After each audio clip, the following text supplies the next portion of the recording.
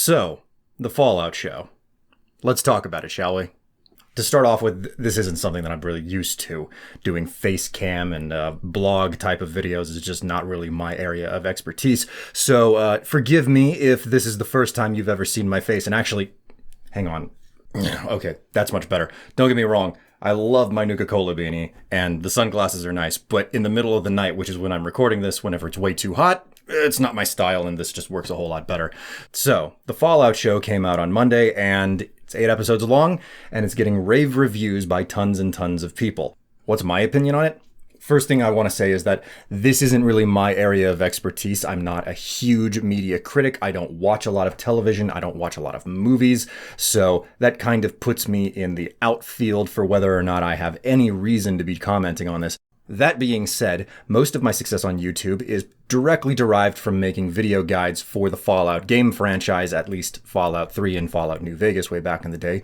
Didn't really do too much of that for Fallout 4, but I'm going to leave that sleeping dog alive for now. Suffice to say, the Fallout show is good.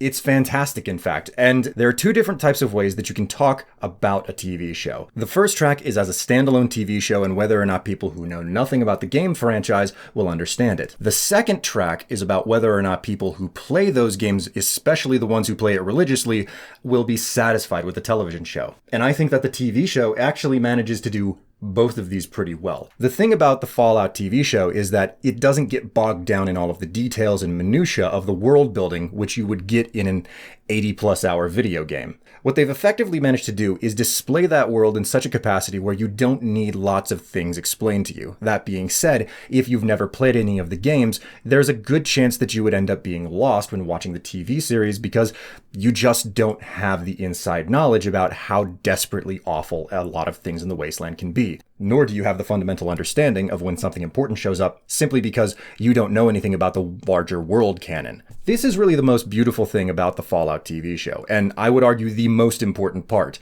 It's written well enough that you don't have to have experience with the games to really follow the plot and intrigue about what's happening. In fact, a lot of the basic information that you would know if you had played a Fallout game, such as what the purpose of the vaults are, who all of the factions are, what they represent, their successes and failures, it doesn't really matter. None of that is necessary to follow the show. You just have way more understanding of where people stand and where things are probably going to go as a result of having more experience if you've played the games. So, you have two different tracks. As a television show, as a video game adaptation. And on both of them, I'd say that it fires on all cylinders. It works as a television show specifically because they don't bother trying to tell you everything absolutely that's ever happened in the world, and they don't expect you to know all of that information. As a video game adaptation, it's incredible for the simple reason that if you know all of the background information, it's meaningful when something shows up. But this is by far the most important part. There's huge amounts of respect given to the writing that exists in the video games already. I'd go so far to say that this show is a bit like lightning in a bottle. This is something that you cannot manufacture in some type of a corporate vacuum. In fact, according to Todd Howard, as far as my understanding goes, the only reason why this TV show happened was because he had a significant amount of respect for the project lead. And the project lead, allegedly, almost had his career derailed by not being able to stop playing Fallout. Can't say that anybody doing writing at Bethesda actually does that. But the point is, the show does a really good job of respecting the source content and not retconning things for its own purposes. In fact, the most important thing that happens in the entirety of the show is the fact that it sticks to the timeline. That is to say that it doesn't try to recreate a game, and it doesn't try to happen between games. Instead, it is the latest iteration in the timeline of the Fallout franchise. Here's the last game that took place. Here's the show. It follows the linear rule of time, so it takes place after everything else, and it does its best to build off of the events that happened in the previous video games. I'm not going to get into the details of what happens in the show, but there are definitely major events that push forward the world story, the overall canon of the Fallout universe, that are pretty significant. And to say nothing else, if the show doesn't get a season 2, I'll be very surprised. Going back to the show's incredible respect for source content, it does something that's incredibly difficult to do. Not only does it use the source content, but it also builds on it. Think of it this way. Imagine that all of the world lore that exists from the games are basically represented by a bunch of rocks and they're placed into a jar. All of those rocks will have a lot of space between them still.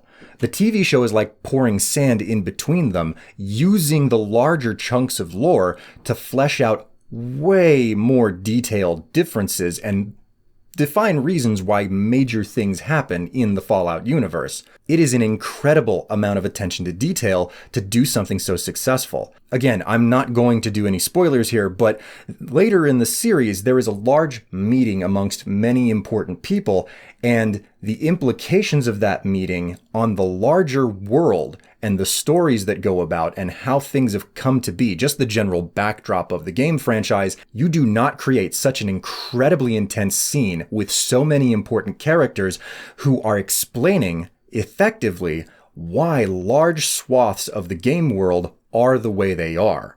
That is incredible. It's like watching a conspiracy theorist with a whiteboard, tacks, and a bunch of yarn proving how everything is interconnected. Except that's exactly what they managed to do in this show. They have connected so many small dots with new types of world canon, it was mind-blowing to see some of these things take place. If it's not obvious, I'm incredibly happy with the way that the show turned out.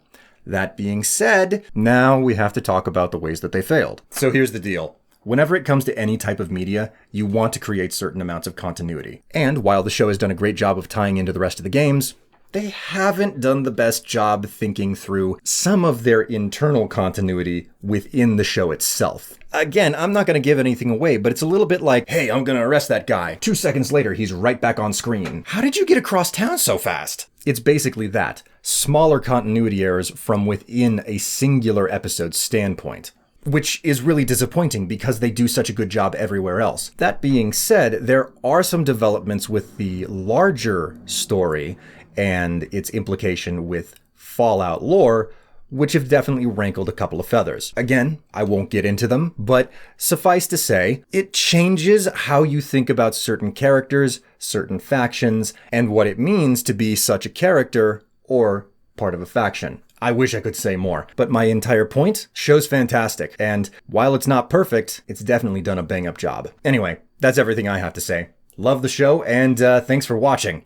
Also, this is a really weird format. I'm not used to talking directly into a camera and just doing my thing, and I'm also certain that the edit for this has been an incredible experience for me since I've never done anything like this. Anyway, if you like seeing my face in a box, go ahead and hit the like button, maybe tell me down in the comments, and heck, I could come back and do more of this if you're interested. Anyway, I'll catch you all next time. Bye.